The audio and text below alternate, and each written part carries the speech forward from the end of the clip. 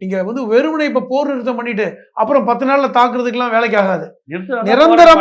நிரந்தரமான ஒரு நிறுத்தத்துக்கு வாங்க, நிரந்தரமான ஒரு பேச்சுவார்த்தைக்கு வாங்க, அதற்கான இடத்துக்கு நகர்ந்து வந்தீங்கன்னா நாங்க வர்றோம். நாங்க ஒண்ணு இல்லை. ஆனால் வெறுமனே சும்மா போர் நிறுத்தம் பண்ணிட்டு அதுக்கப்புறம் உங்க ஆயுதங்களை குவிப்பதற்கான வாய்ப்பை நாங்க கொடுக்க போறதில்லை. காரணம், இன்னைக்கு அமெரிக்காவுடைய ஆயுதம் குறைந்திருக்கிறது. அதை ஈரான் சொல்றாங்க. இன்னைக்கு வளைகுடா நாடுகளில் இவர்களுடைய அந்த எண்ணிக்கை குறைந்து விட்டதுங்க. இனி அமெரிக்காவிலிருந்து வரணும். ஆப்ரஹாம் லிங்கன் உடைபட்டு நிக்குது.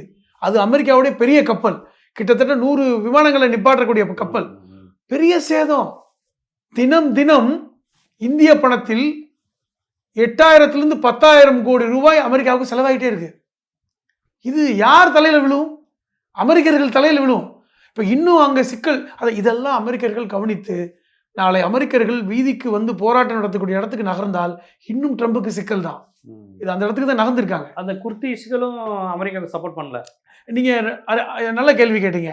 குர்தீஸ்கள் உடைய பேச்ச ஈரானுக்கு எதிராக தானே இருப்பாங்க. இல்ல, இப்ப ட்ரம்ப் ஏற்கனவே என்ன சொன்னார்னா, குர்தீஸ்களுக்கு அமெரிக்கா உதவி செய்யும், குர்திஸ்தான் வளர்வதற்கு அமெரிக்கா உதவி செய்யும் அப்படின்னார். முதல்ல குர்திஸ்தான் என்னங்கிற ஒரு சின்ன விஷயத்த நம்முடைய வியூவர்ஸுக்கு சொல்லுவோம். குர்தீஸ் மொழி பேசக்கூடியவர்கள் வெறும் ஈரான்ல மட்டும் இல்லை, ஈரான்ல இருக்காங்க, ஈராக்ல இருக்காங்க, சிரியால இருக்காங்க, லெபனான்ல இருக்காங்க, துருக்கியில இருக்காங்க, பரவலா இருக்காங்க எல்லா நாடுகளிலும்.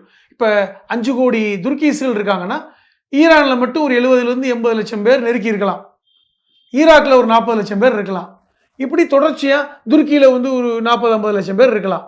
அவர்கள் எப்படி கேட்கிறாங்கன்னா, இந்த 5 நாடுகளிலிருந்து சில பகுதிகளை பிரித்து ஒரு நாடா கொடுங்க. அதாவது ஈரான்ல ஒரு பகுதியை பிரிக்கணும், ஈராக்ல ஒரு பகுதியை சேர்க்கணும், சிரியால ஒரு பகுதியை அதில் சேர்க்கணும், அதே மாதிரி லெபனான்ல, துருக்கியில இந்த பகுதிகளை எல்லாம் சேர்த்து ஒரு நாடாக உருவாக்கி துர்கிஸ்தான் மலர செய்வது என்பது அவர்களுடைய நோக்கம். ஒரு நாட்டை பிரிக்கிறது, ஒரு நாடை உருவாக்குறதே பெரிய சிக்கல்.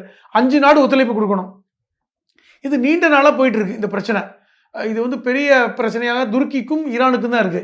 மற்ற நாடுகள் அதை கண்டுகொள்வதில்லை. அப்ப இந்த பிரச்சனைக்கு நாங்கள் உதவி செய்யறோம் அப்படின்னு அமெரிக்கா ட்ரம்ப் சொன்னார். ஆனா அவர் கேட்ட உதவி என்னன்னா, நீங்கள் ஈரானில் கிளர்ச்சி செய்யணும். இப்போ ஒரு 80 லட்சம் பேர் இருக்கீங்கல்ல, எல்லாரும் கிளர்ச்சி பண்ணுங்க, உங்களுக்கு நாங்கள் ஆயுதங்களை கொடுப்பதற்கு ஏற்பாடு பண்றோம் ஈராக்ல இருந்து. என்ன அர்த்தம்னா, சாவதுக்கு வாங்க. 80 லட்சம் பேரும் தரை வழியா நீங்க வந்து குர்தீஸ் மக்களை வச்சு போராடலாம்னு முடியும். இப்ப நீங்க